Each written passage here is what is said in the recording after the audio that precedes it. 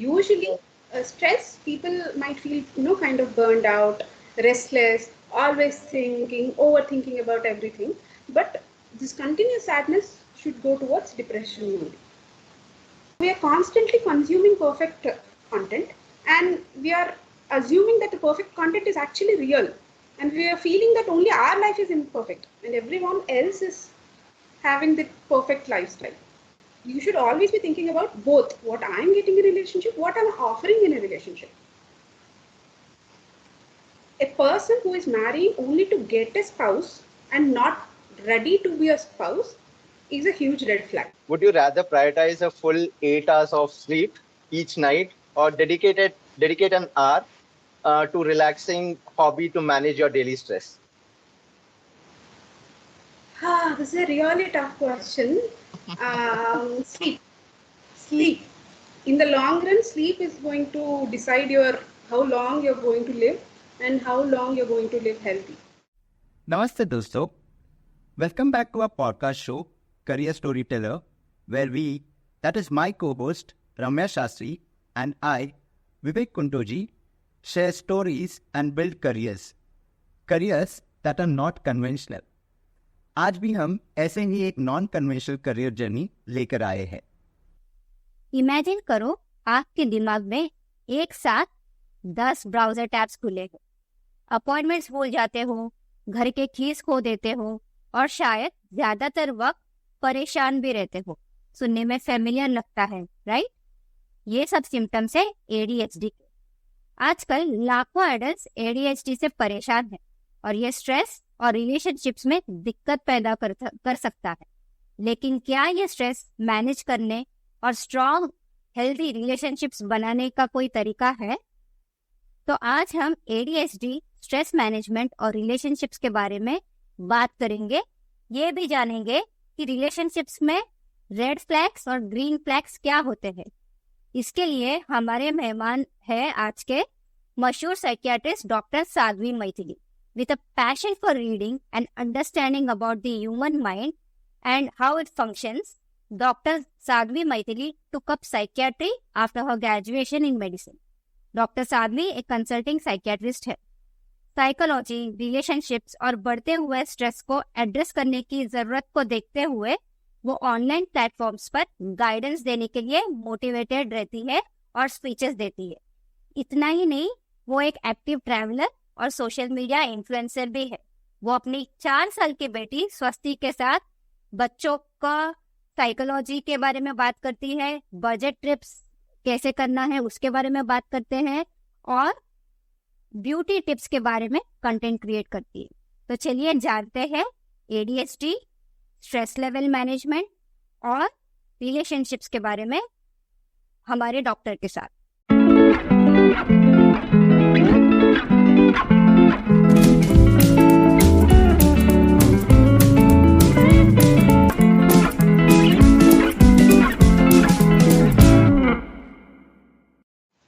Hello, Dr. Sadhvi. Welcome to the Career Storyteller. It's a great pleasure and honor having you on our show. Welcome to the show. Hi Ramya, hi Vivek, and hi everyone, whoever is listening to this amazing show, because I am here. It's going to be amazing. And thank you for having me here. All right. Yes, we are sure that it is going to be amazing because you are here. And obviously, as we all know that you are a doctor by profession and a psychiatrist to be precise. So we would want to have a conversation with you around, obviously there are so many things that we can talk about under psychiatry, but then for today, what we have chosen is topic of stress management and relationship, right? But then to begin with, first is we would want to understand your journey. How did you become psychiatrist and how did you become a doctor at the first place? What is your journey like? If you can brief about your journey. Okay.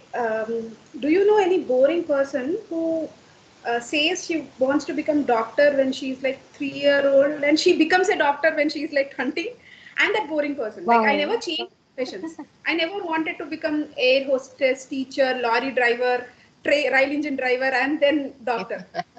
For some reason, I always wanted to become doctor, and I became a doctor. So I don't have anyone else to blame this on, which is unfortunate because we need people to blame things on. We need to cry once in a while, saying that Correct. because of you, I have become doctor. Because you compared me to that Sharma ji ka beta, I had to become a doctor. So this is entirely on me. Psychiatrist, there are two things. First thing is I'm very good with empathy. This is something I have noticed in like early teens, and people usually come to me. They want to open up. They want to discuss their problems with me. So I used to get all these spicy gossip in my teens because people used to come and open up, and then I used to keep it secret also. So I have this confidentiality quality also.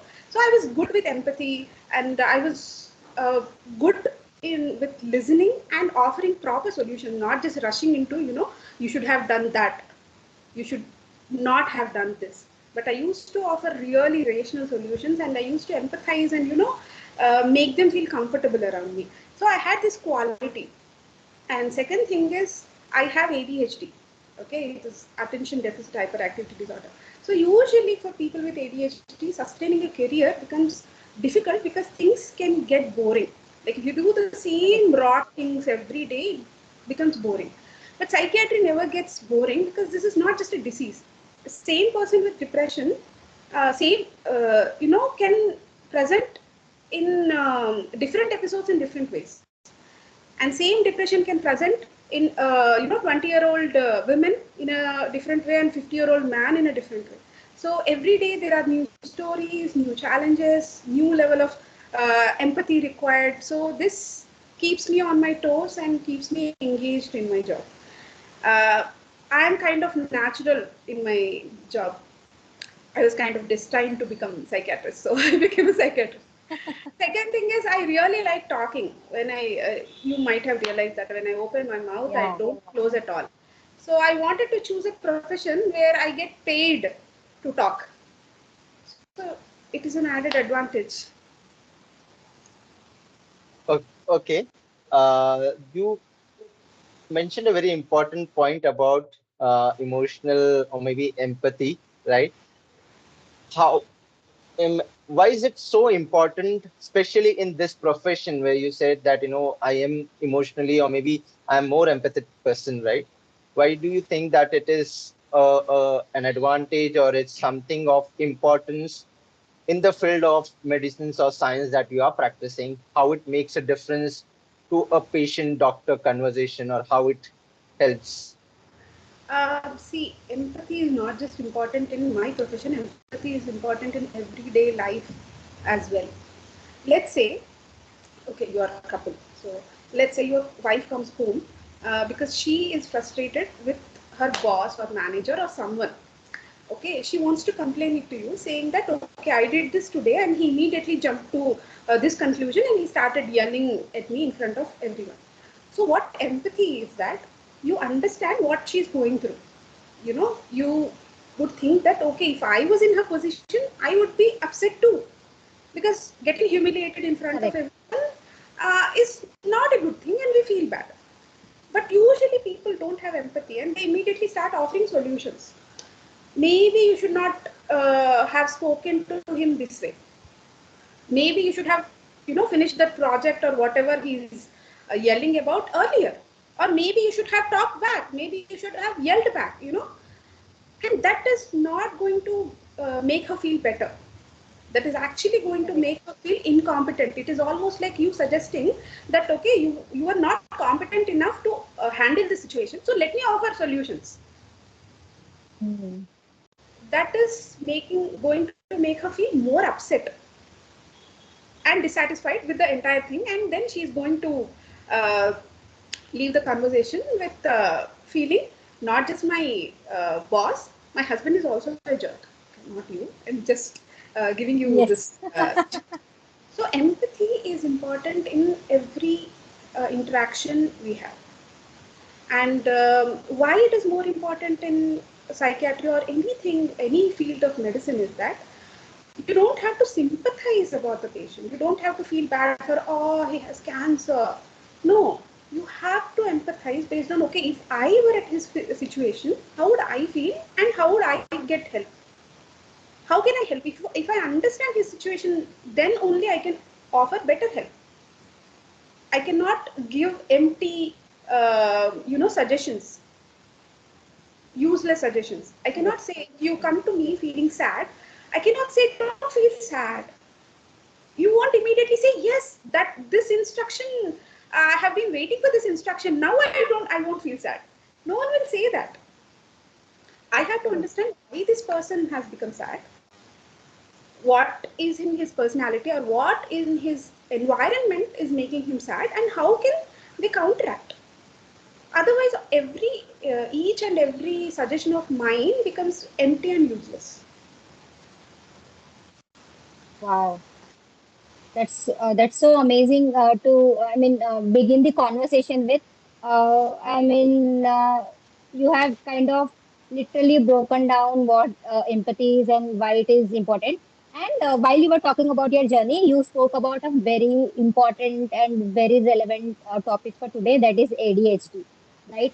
Everyone you see around, especially Gen Z people, they talk about ADHD. They kind of wear it with a pride, saying that, you know what, I have ADHD, and the entire reel culture or shorts culture is just because to cater to such people, right?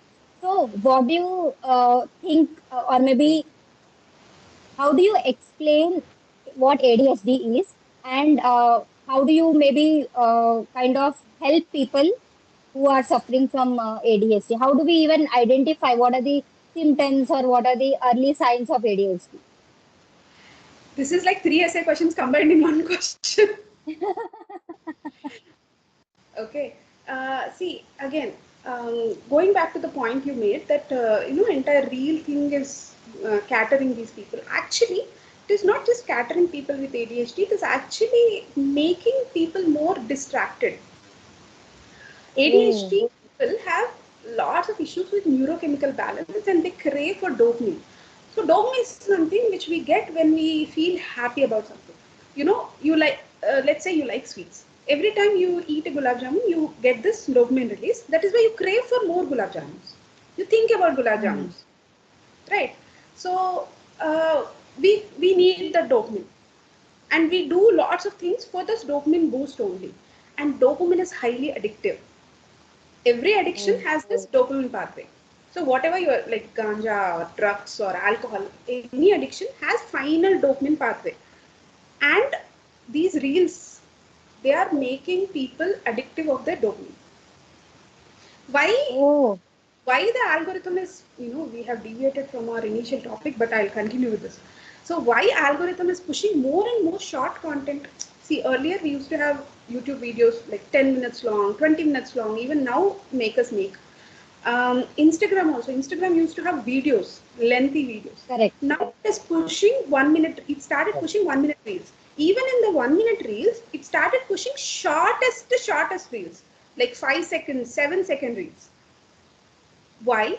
Because if you watch an entire 1 hour of video, you will get the same dopamine. And if you watch 1 minute video, also you will get the same dopamine. And in the if you are pushing only 1 minute videos, in the 60 minutes you're going to get 60 dopamine hikes. Okay, That means one hour video is 60 1 minute videos are much more addictive than one hour video. That means you're not going to leave your Instagram reels, or you're not going to leave your YouTube shorts. hmm, It is just the Absolutely. algorithm, neuroscience making sure that you are never going to log off. You're going to stay in your bed till 3 a.m., 2 a.m., just going through one reel after the other, and you realize in the back of your head, you know that most of these reels are not relevant to you. Okay, you might correct. never have children, and suddenly there is a reel about, six tips for parents to make your children more confident, and you're watching that reel also. you're Correct. you're probably never going to go to Turkey But there is a video about this place you must visit in Turkey, and you're going to watch that Turkey video also, even if you don't have plans to go to Turkey in the next upcoming 10 years. That is how algorithms work. That is why the algorithm is pushing more and more shortest content. Now the shorter your content, the more views you get.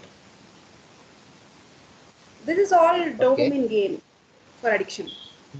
So ADHD, coming back to ADHD, how do you identify ADHD? See, every distractibility is not ADHD. Most of the times, not most of the times, always you need to have symptoms since childhood. Okay, that is why even I get a lot of adult ADHD cases, because I am an adult with ADHD and doing a reasonably well job. So I get a lot of adult ADHD cases who are not identified as children. Um, so it is always important to take history from family, because symptoms have to present since childhood. And taking all the mental health issues with pride has kind of become trend. Like suddenly someone labels them as autistic or dyslexic, Correct. uh, Correct. for maybe clout also. It's almost like these sad stories from Indian Idol. Like the sadder your story Yeah. is, popular you're going to get. Correct. Correct. Okay. I usually tell people that I will not survive in a single episode of this show, because I don't have any such problems. I cannot say anything. Maybe I should say that, okay, till 1 year of age, I was not walking, or I was not speaking. And then maybe I should cry. But otherwise, we don't have such problems. And all this cloud thing has become more popular, because unless you have a problem, you will not get viral or popular. People have this kind of hatred for privilege. Again, we Correct. deviated back. So ADHD has to be diagnosed based on symptoms present since childhood. Suddenly in adulthood, you will not get ADHD. This is a neurodevelopmental disorder. That means you have this disorder by the time your nervous system is still in development stage.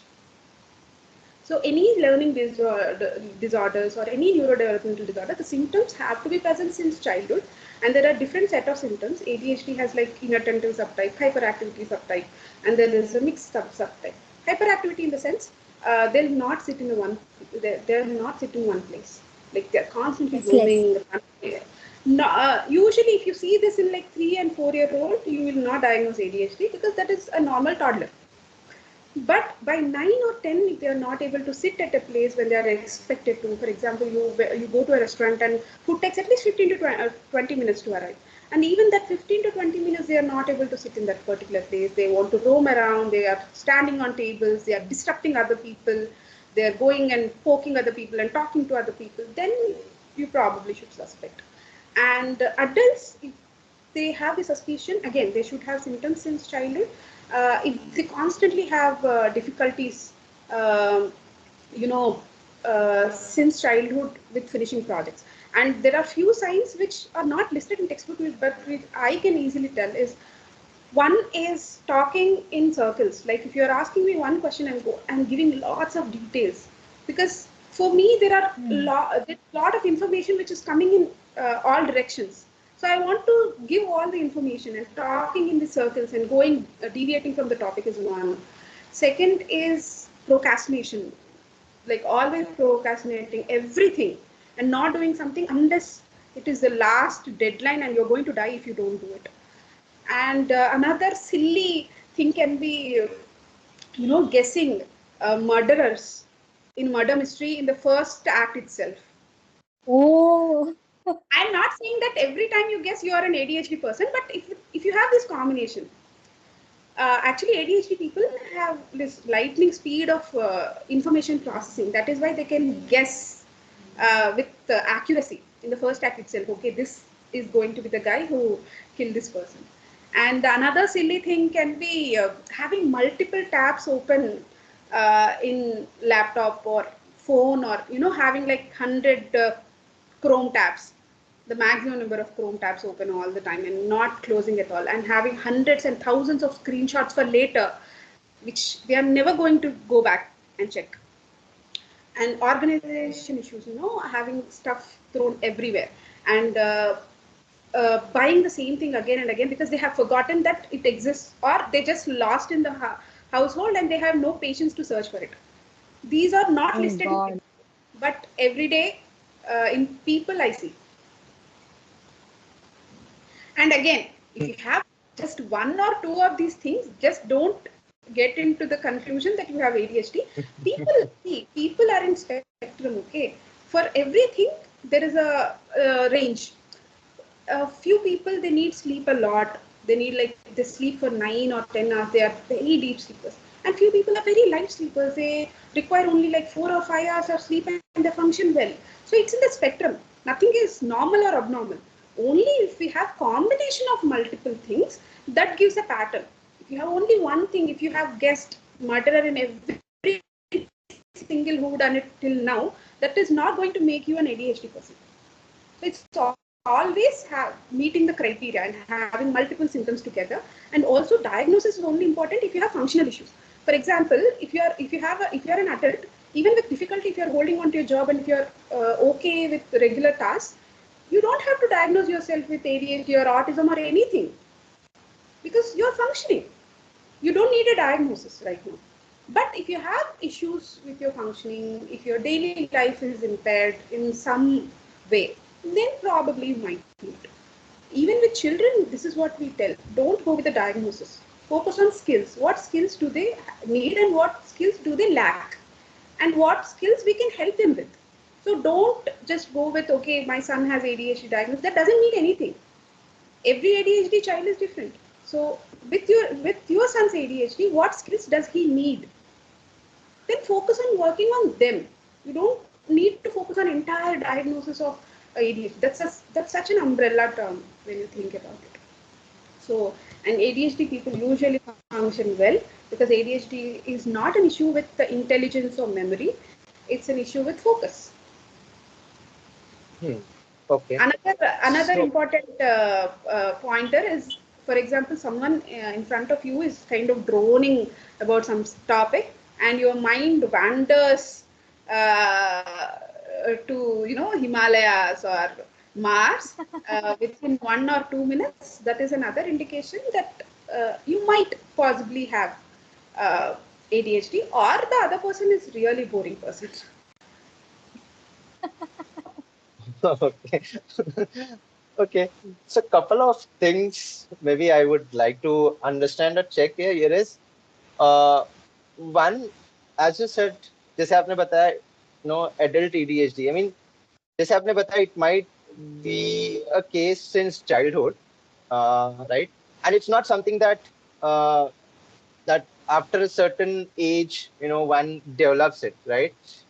Because now, since the Instagram times or the Facebook or the YouTube, where we have so many shorts, it's like people have started talking so much about it that that is the reason people are spending less amount of time on shorts, because the attention span is low, or the attention span for individuals has definitely come down to compared to what it was initially.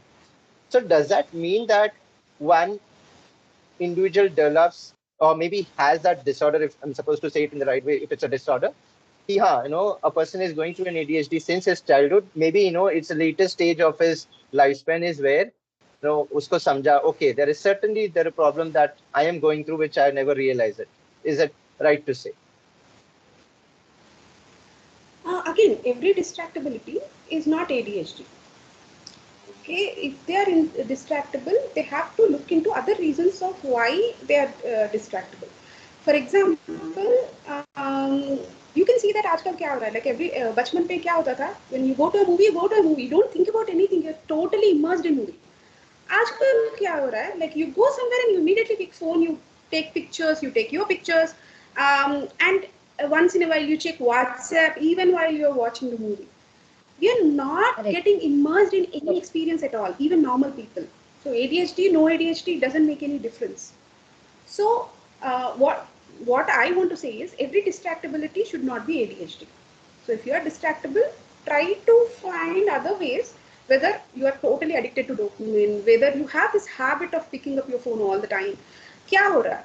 And then if you look back and if you see that you always had these things, then probably you should try getting diagnosed. Otherwise, every time you get distracted, every time you think about other things when you are in a meeting, every time you open Instagram when you are in a meeting, that doesn't mean that you have ADHD. Mm. True. Most of the times, what I understand is people have less and less boredom tolerance these days. Boredom, we are not Wow. taking boredom. Like we used to travel for like 15 hours, 16 hours together in one train, like sleeper coach and one bus, like Mumbai to Dharmapuri bus, 16 hours, 15 hours, and we used to travel without Correct. anything, without any device. Now you get into a local or you get into a metro like for 15 minutes journey and you immediately pick your phone because you cannot Correct. tolerate the boredom at all. So people have less and less boredom tolerance these days. Wow. Very well put. So I think. that Yes, yes, we will So go ahead. maybe what I wanted to add is like people nowadays don't want to be idle in even if they are traveling, it's like mentally they want to be occupied in something or the other, even if it's like, okay, chalo, I'm traveling in a metro, I have some 15, 20 minutes idle time with me. Let me open my, mobile, maybe let me quickly check my WhatsApp or an email or my Instagram stories or whatever it is, right? So maybe that is the reason where people feel that, okay, I have an idle time, let me take it, utilize it in a better way. That might be one of the reasons to to say that. And again, in this utilization also, I frequently wonder whether we have unlimited bucket list these days. Like we have n number of shows we want to finish. We have n number of books or podcasts we want to listen to. That list never ends because there is constantly new content getting added. So You're audible. now You're audible. watch finish one show, and there is someone who is suggesting writing reviews about another show, another new show that is getting launched, and now we want to add that show as well. And how can we finish all our regular duties, family duties, friendship duties, our job, and finish all the bucket list items? We only way is we cannot waste a single minute. Mm. Okay, if you're cooking, you have to listen to a podcast. If you are driving, you have to listen to something else, audiobook. If you are sitting in a metro, you finish that new season of Hira Mandi or Bridgerton or whatever it is, because the list is never ending. And another factor which is being added by social media only, that now Mm. lots of places which are very beautiful, and you want to travel, you want to explore, and the list is also never ending. So because Correct. our Correct. lists are never, we are constantly engaged in something. We are constantly consuming content because the list never ends. Every time you finish a show, you are like, finally. And then there is some other recommendation from a friend or some online review going to say, this is such a great movie or great show. Lapata Ladies is such a beautiful movie. You have to watch it. Uh, and that keeps adding up. Correct. And also something it has to do with FOMO as well, right? So everyone is watching, even I want to watch, I want to also place my opinion out there in the public, and I want to be acceptable by the society. If I don't watch, what will my friends say? So there is a lot of FOMO also associated with it, along with the attention span or whatever, intolerance to boredom, if we may say so. And also maybe I want to maybe talk want you to talk about is stress management. So maybe a study by GOQII says that 20% of Indians struggle with stress. So obviously, you are a psychiatrist yourself. So what are the most common sources of stress that you have observed in your practice? I mean, the patients that come to you for any sort of help, right? So what is the main source of stress causing symptom, or maybe whatever that you may want to add? I feel 20% is such an underreporting because I have never met any adult who says they are not in stress? Okay, see, I go around, I talk to different people, I conduct meetings, I conduct, workplace stress management sessions, and I have rarely met anyone who is stress free. Okay, if I ask you the same question, do you have any stress? You are totally stress free, you are totally happy? No, No, no. there would No. be something or the other. 20% is such an underreporting because everyone is in stress these days. See, there are two types of stress. Okay, there is something called eustress and there is something called distress. Eustress is a stress that is pushes you to finish your project before deadline.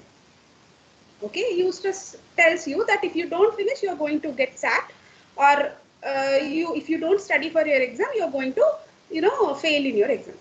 If you don't have the stress, if you don't have this fear of accident happening, you will walk on any road, with blindfold on. Eustress is the stress which tells you that if you go like that, you are a dumb person, you are going to die. So eustress is that which motivates us to do work, which tells us that if you don't go to office every day, you'll be homeless, you'll die of hunger.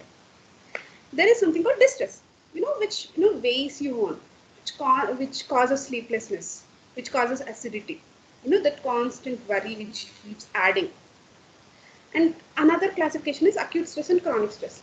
Acute stress is something, let's say you're watching a horror movie, you're watching Annabelle or something with all lights off, and Lights off. suddenly someone comes and places their hand on your shoulder.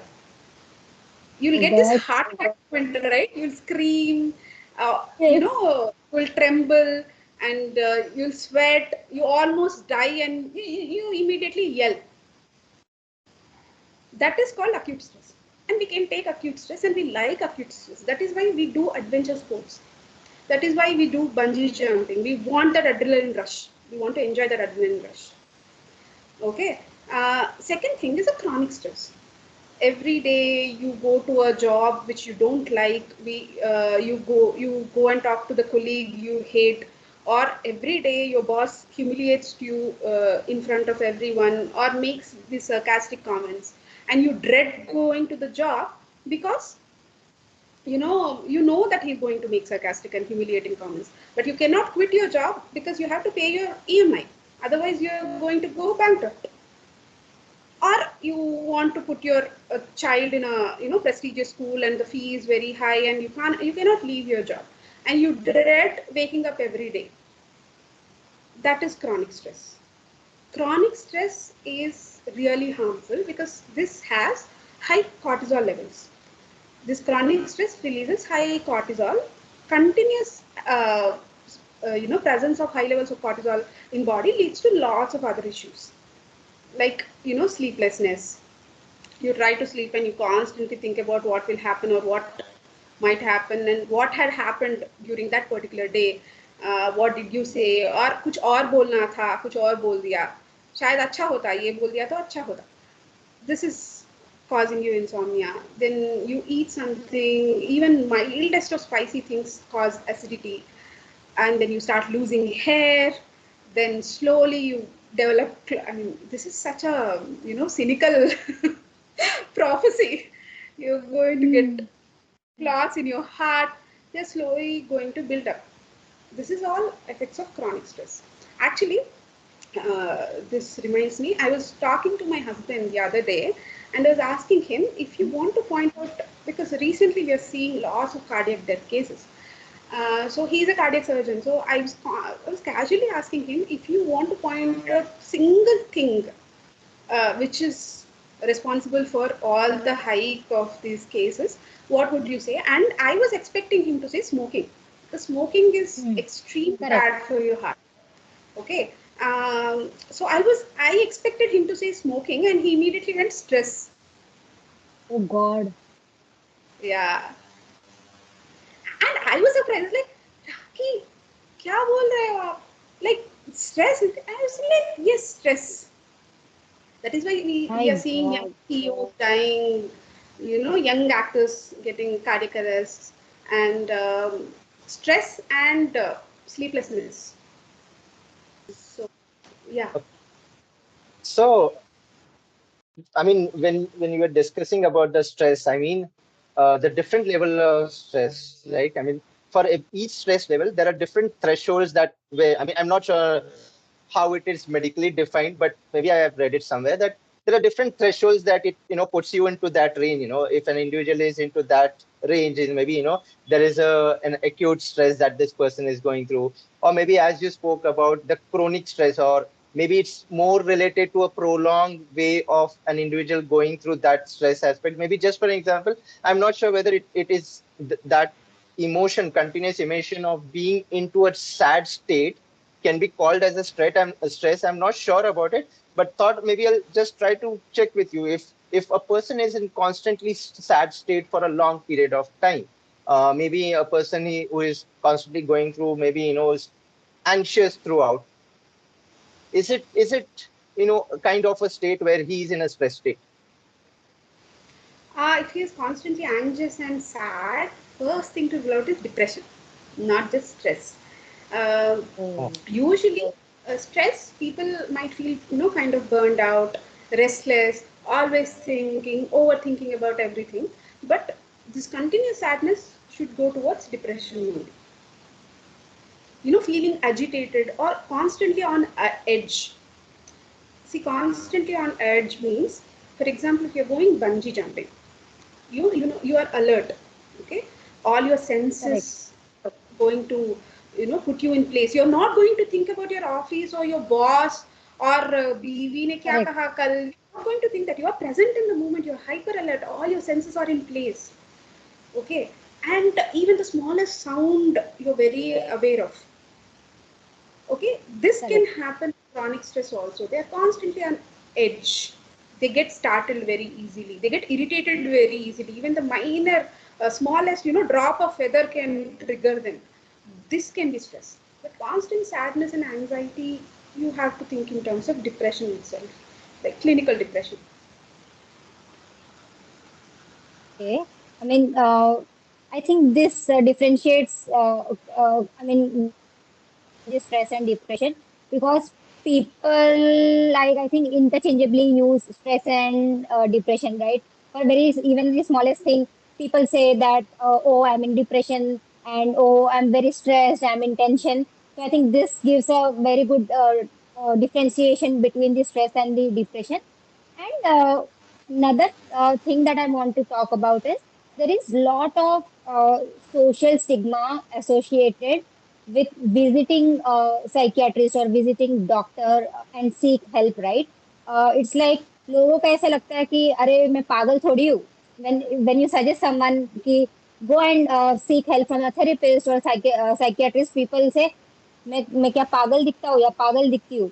So there is a lot of social stigma because first thing that they do is they become very defensive about it. So how do we maybe eliminate this social stigma? Or what do you want to talk about this social stigma around seeking help? Um, See, one thing we have to understand is that normally if someone is depressed, usually what people say is ये सब तेरे दिमाग में है. And my defense is Hmm. that दिमाग कहाँ पे है? Like brain is also in your body. So if Correct. something happens to your body, you go to a doctor. Brain is also inside your head. Usually what people assume is you can control your brain. Like if anyone can control their brains, and if they really tried, they could have controlled their brain. Is something people assume. Second thing is this, using word pagal casually, uh, Correct. to Correct. demote people. Because we take this word pagal as, hurting word or something lower or something incompetent. Yes. Yes. That's why, see, when you're associating the word with something humiliating and something related to incompetence, people don't want to agree that they are incompetent, right? People don't want to say that, I cannot control my brain. I could not do much about this. If someone has cancer, we don't usually say that, if you stay strong, the cancer will go away. We don't. But if someone has mental illness, we usually say that, okay, if you stay strong, it will go away, because people fail to understand that brain is also in body, and brain also can get issues, and that needs to be treated. And another important factor is portrayal of psychiatrists and psychiatric patients in movies is what I feel. Making them Exactly. appear as comic reliefs, making them so illogical. You know, every movie psychiatrist I remember from 90s, Telugu, Hindi, everywhere, they are this comic reliefs who are erratic, irrational, and they are half, Yes, crazy themselves. correct. So, I don't think anyone would like to go to a doctor who is erratic themselves, right? Then that means you have to agree that you are actually you have like a bigger problem if you're going to such a doctor. Yeah, true, true. So, I mean, this is a very common thing that more often we get to hear from people, doing normal jobs. I mean, normal in terms of any kind of jobs, right? And you get to hear from them is like, "Aaj mera din काफी stressful tha." Maybe I mean in terms of work. I mean, even if it's a routine work, right? Say from 9 to 5, there are certain routine works that we do, and people don't realize it. I mean, really, I'm going through a stress, or it was maybe the expectation for that given day was too much from me, and I'm assuming it to be a stressful day. How do, I mean, in a 9 to 5 job, how do we ensure that one, that we are able to cope up with the constant stress? One, is there something that we have to be mindful of? That is one thing I wanted to check with you. If you can share a certain practice or anything that would definitely help for people like us. Okay, there is no single tip which I can say, close your eyes and count till 1 to 3 and you can eliminate all your stress. What I'm going to give is kind of non-practical for many people. Uh, because we are attuned to all useless tips these days. We are attuned to keep this biryani leaf in your purse and you're going to get 10 crores in 1 week, and change your phone number to last 4 digits have to be 8, and then you'll get 1 crore in 1 week, and keep your couple photo in honey bottle so that you never fight with your spouse. You never heard of it? Oh, It no. was really famous. It was really famous in Telugu media. It went along, and then keep Oh, 5 lachi in your purse if you want a raise in your salary. So if people are really looking into useless tips these days, that's why this might not seem very practical. But what I suggest is being a realist helps. Realist in the sense just accepting whatever happens. Okay, you are not expecting, let's say you work in a bank, and you are not expecting like uh, 50, more than 50 people to come and meet you, and suddenly there is something going on, and suddenly there are like 100 people. Obviously you will have more workload. That doesn't mean that you have to feel stressed. You can just accept that, okay, sometimes it happens, let me ask for help if it is available, or let me do this. If you have this perfectionistic vision that my day has to be this particular way only, then you will have disappointment and distress. If we go out, if we go out and we are not expecting rain, suddenly there is a rain, we have two options. We can just get drenched, come come home, change our clothes. Second option is get drenched and get furious on clouds, environment, people, everything. hmm, true. Right. See, there are lots of things we can just take it as it comes. You don't Hmm, always you don't always have to predict or change every course of action. Sometimes when you are in duty, there is an accident and there are like 50, 60 patients and there is a huge workload. You deal with it, or you deal with it and be grumpy and angry about it. correct. Choose. In either way, you are going to deal with it. You are not going to leave your job because you got 100 patients today. Hmm, correct. How you do it is important in managing your levels of stress. I Absolutely. hope So I. that's a Yes, yes. So that's a wonderful tip, I think, that deal with what is there in store for you and not just stress about things. Any which ways, as you rightly mentioned, we cannot avoid it. All you have to do is maybe it's in your hands whether you want to deal it with a brave heart or maybe you want to sulk about it and be furious and angry with anything and everything around you, right? But there is no See, other option but to deal with it. this I'm talking about only like sudden changes which you mentioned. When Hmm. workload is more and you feel extra stress. But if you're constantly under stress, probably the job is not for you, or probably you're not matched for the job, or probably you're doing two people job with only one salary. That you have to rule out. Okay, this I mentioned only about occasional events which might happen. The same goes with Correct. relationships also. Relationships also are not perfect. We fight, we argue, we blame each other, we do all kind of stupid stuff. But that if that happens once in a while, then you deal with it, you move on, then you realize that big picture is different. We might fight and the big picture is different.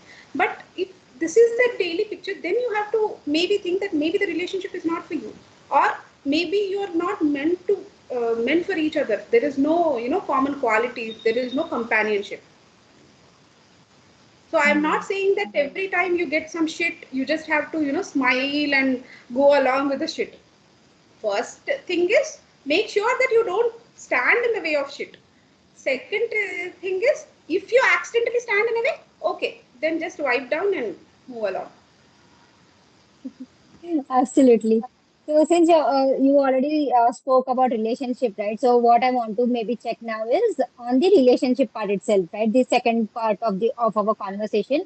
So maybe what I'll start with is about maybe divorce rate. So the study by the National Family Health Survey, that is NFHS, suggests that in India India has only 0.3% of people who are divorced as compared to other countries. Obviously, this might not capture the entire picture or full picture, right? I mean, there would be so many so many divorces that were not reported, right? But then, if we want to maybe talk about or understand even even before we reaching till that divorce stage, if you want to maybe share some early signs that someone is in a healthy relationship, that will tell us that okay, these are the red flags of the relationship, or these are the things if you are facing, then maybe it could be an unhealthy relationship according to you as a doctor. Um, okay, so normally in a relationship, in early stages of relationship, it's okay to have that adrenaline rush. You have that butterflies when you see the other person, feel so Mm. happy and stuff. But in the end, like 1 or 2 years later, you need more comfortable relationship. Okay, you feel safe with the person, you feel content with the person, you are happy with the silence. When you just work along in the same room, you don't talk and you're still okay. Okay, so Mm. first phase is called passionate relationship and the second phase is called companionate relationship. Okay, how to work towards companionate relationship from passionate relationship is really important. Yes.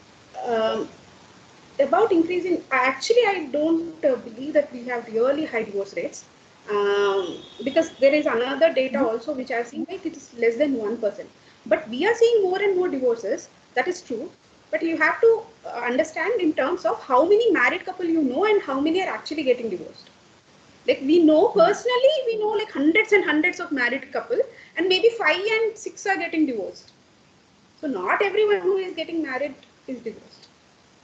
But there is Correct. definitely increase in rate, and there are multiple factors. Again, what I feel is that it is intolerance to boredom and intolerance to imperfections is what I feel. If you want to go to a this thing restaurant, you directly go. Like Mhm. earlier, we used to go directly. जो भी मिलता था, like you used to go and जो भी पहले आता था, you used to enter. You would never ask for Correct. reviews. Like you would never stand in front of the hotel and start talking to the people who are exiting कि क्या भाई कैसा था खाना. You just would go. If the food was good, you would enjoy. If the food was bad, you would think that okay, फिर से नहीं आएंगे इसमें. But now, the smallest decision of going to a dinner, a smallest decision of ordering food from outside, is becoming a like 15-20 minutes exercise. Like we want to go through the Absolutely. reviews. We want to go through the reviews of that particular. You're not satisfied with the reviews of the hotel, your restaurant. You want to know the reviews of that particular biryani you're going to order, whether it has 4+4 or not. We want the perfect restaurant and perfect biryani in the perfect restaurant. So we are not taking life as it comes. We are not taking people as they come. We want perfect. We are intolerant to even the minor deficiencies, or the smallest of discrepancies. We have become really intolerant. Even things also, you can earlier we used to have table fans. People used to tell ये तो 20 साल देखा घर में, शादी में किसी ने दिया था and तब से है घर में. And scooter we have got when I got my first job, and retirement तक चल रहा है अभी. Now what we are doing, if fan has some repair, we don't have the patience of getting it repaired. We are like, okay, throw it away and we'll get a new fan. Phones we are changing constantly. We have become intolerant to any kind of imperfections in people, things, experiences, everything we want perfect. We want a resort which has 5-star reviews of 5,000 5-star reviews. We want a product which is only 4.5 star in Amazon. We want to go to a restaurant which is only 4-star and above. Zomato reviews, Swiggy reviews, and everything we want to check. So we are slowly becoming tuned to perfect lives and perfect lifestyles. We want to follow Instagram influencers who have these perfect photos taken in perfect locations with perfect costumes and perfect makeup. We are not seeing people as people anymore. So we are constantly consuming perfect content, and we are assuming that the perfect content is actually real, and we are feeling that only our life is imperfect and everyone else is having the perfect lifestyle. And even every deficiency we are taking upon ourselves, and we want change. We don't want to work on it. We don't have patience or time to work on it. That is, again, I'm not saying that there are lots of divorces and everyone is getting divorced, but this is particularly important in relationships with what I understand, especially Gen Z. I'm seeing that intolerance to everything. You don't like something, okay, break up and move on. People are not repairing anything these days. People are not getting anything, things or people. We are not repairing relationships. We are not repairing things. We are just getting a new thing, a new replacing. Yeah. So that is one reason. And about, again, see, feeling comfortable in someone else's presence is most important thing. People mistakenly think that love is most important thing in marriage, but it is not. There are other things. Something like respect, trust, and companionship. These are most important things in marriage, more than love. Two mature adults, even if they don't have love before marriage, can work up a loving relationship if they have all the other things. You know why we see lots of love marriages failing? Because people mistakenly think that all Bollywood influence, all dil wale dulhaniya le jayenge, assume that if you love each other, every time if you see that person, you get so happy, and you feel that butterflies, and you have to marry that person. That's not true. And once you're married, you start realizing that they are entirely different people. They are just now stuck together. Compatibility is another thing which is more important. It's okay, if you're a believer or non-believer, but if you don't have that compatibility between two people, then it is going to bring you problems. I'm talking about religion, because that is one common thing. Second thing is, finances. Finances is another thing where people fight a lot. Again, how you want to spend money, and why you want to spend that particular amount, and where we can compromise is something very important. If there is no compatibility, even if you have heaps and loads of love, that relationship is not going to work out. So one important green flag is, I know, people say that प्यार तो हो जाता है, and then there is no reason for love. Yeah. What I tell teenagers, parents bring teenagers to tell them that one particular relationship is not going to work out. I usually tell people that you should have reasons to love that particular person. Maybe now only love feels important, but later there are lots of other things which are going to come out. Later, you need cleaning liquid for household. You need diapers for the baby. You need that person to change the diaper. True. Right. So later, when you start living with the person, there are lots of other things to start to show up. So 4 important things in any relationship is love is not included in this. 4 important thing is trust, respect, companionship, and compatibility. If they have these things, if people, to mature adults, even if they don't have it in the beginning, if they are ready to work on it, they can have really healthy and happy relationships. Absolutely true. I think, I mean, the other problem, maybe as you were discussing about, the reviews aspect, right? Maybe a 4.5 out of 5 is the best that we have. So that is what exactly, we tend to seek out from a relationship, like what is the best that I can have. And then also certainly indirectly, it's like it creates an expectations which are, which you yourself have decided, and you are trying to extract that expectations from your partner, and that is what leads to a problem which you never figured it out in the first phase, or maybe in the first stage where you felt that, wow, those butterflies situation where you described so well. And that is what exactly leads to the later stage when the expectations are never what you imagine, and now the things are exactly opposite, and that leads to a different problem altogether. See, the thing is, if expectations are high, disappointments are also going to be high. I'm not saying that you should not have expectations, but I have seen couple who are fighting because she thought marriage is going to be, going to a movie every week and then going to a picnic every month and going to a vacation every year. And this guy is like very, boring middle class type. Is like regular. He's not bad. Okay. He's not bad. He doesn't drink or he doesn't go out. He's just boring for her. So I have seen that also. Again, I'm not saying that her expectations were wrong.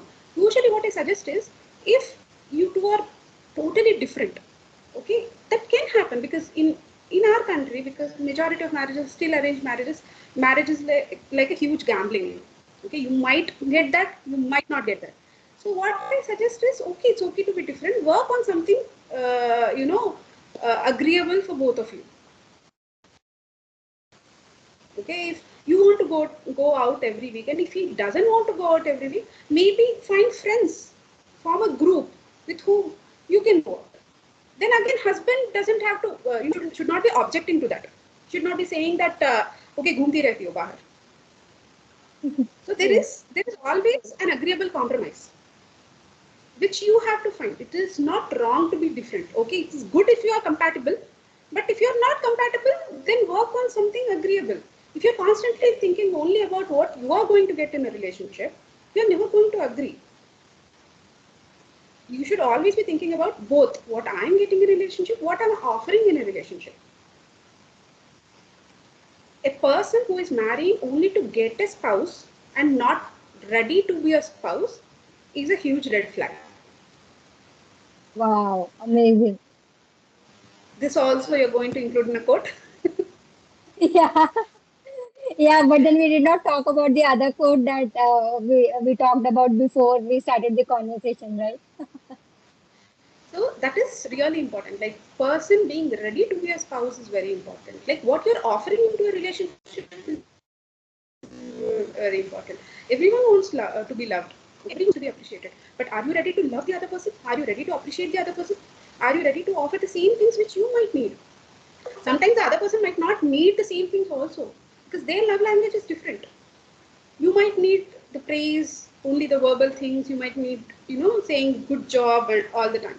but the other person might need different might have different love language, like not talking and doing the household work.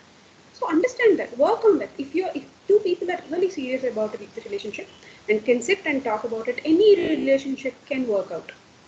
But only if person is thinking about both of them. If they're thinking in terms of relationship. If you're always thinking only about yourself, that is never going to work. And Absolutely, people usually absolutely. don't change. Okay, we have this filmy notion that people in the end, if you sacrifice a lot, people in the end are going to change and they are going to hug you with tears in eyes. But that's never going to happen. That's only fantasy. That you have to understand. People can compromise, people can come to agreeable terms, but people are completely never going to change. Because that false hopes of one day this person is going to change for me is never going to happen. Absolutely. That's amazing points that you mentioned, Dr. Sadhvi. So maybe the last segment in this conversation is we are going to play a quick game, and the name of the game is Would You Rather? Okay, so we will maybe throw you a few phrases or maybe situations. What Yeah, would yeah, you I do, know. or what would you suggest as a doctor? Right? Yeah. So maybe the first thing, so we have divided this into situations for a relationship and stress management. So you should answer the way you would advise it to others. Okay. So the first one is, um, would you rather wake up 30 minutes early each day for a quiet reflection, or spend 30 minutes less on social media before bed to manage stress? First, waking up early is practical, uh, but what we usually end up doing is second.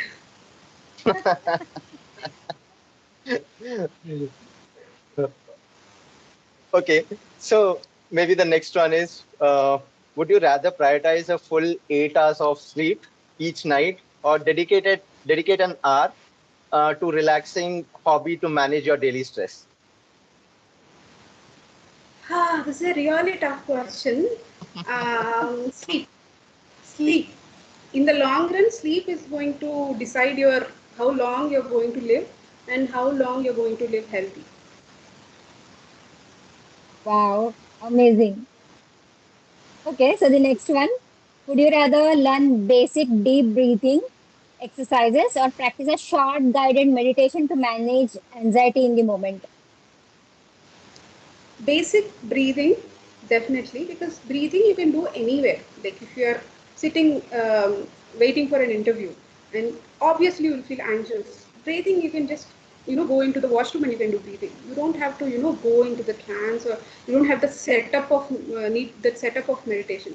So breathing is what I usually suggest students also, because you can do it everywhere. You sit in the exam hall and you can close your eyes and take that few deep breaths. Okay, and I think this one is specific to relationship. Would you rather learn to actively listen to your partner without interrupting, or focus on developing, a clear communication skills to resolve conflicts better? Both are same actually. Without active listening, there is no communication skill. Yeah. Okay, so maybe the next one, would you rather express your appreciation to your partner verbally every day, or write them a heartfelt letter once a month? Verbally every day. Okay, and the And last one, would you rather prioritize open and honest communication with your partner even when it's difficult, or maintain a peaceful surface even if it means bottling up your feelings? open communication every time. I usually work on what I'm going to say for some time before saying. But the thing is, if I don't talk now, the resentment is going to build up in me later, and obviously my behavior will change, and he'll notice. And this is a cycle that will never end. Once you reach the resentment stage, it's difficult to come out. That is why it is important to sort things out. Not in the same day, but at least after 2-3 days, you have to sort it out. Otherwise, that is going to, that is going to stay in your head all the time. So, which means that having a clear communication about anything or any fight or any disagreement that anyone would have in the relationship is much better than kind of pacifying the situation and bottling up the feelings. All right. So with that, I think we come to an end of this conversation. Thank you so much, Dr. Sadhvi, for coming over and doing this wonderful podcast with us. As you rightly mentioned in the beginning of this conversation, that it would be going to be an amazing one since you are here. So it absolutely was an amazing conversation with you. And there are like so many topics that we wanted to cover. We have just like scratched the surface, but then there are so many things under the umbrella of psychiatry that we want to cover. So maybe as a second installment, or maybe in the next episode, we would be maybe covering those topics, especially on the child psychiatry, given that you have a wonderful daughter yourself, Swasti, and she is a rock star in her own need. So we would definitely want to have that parenting tips at the same time, have a conversation from the doctor's perspective also. So thank you so much for coming over and doing this podcast with us. Again, thank you for having me. This was very interesting. It's always amusing, questions, because this is more about positive mental health and not just about the diseases which we every day. Thank you so much for watching the episode patiently till the end. We hope you enjoyed the episode. We'll meet you again in the next episode. Till then, if you like our podcast show, then please do like, share, subscribe, and let us know your feedback in the comment section.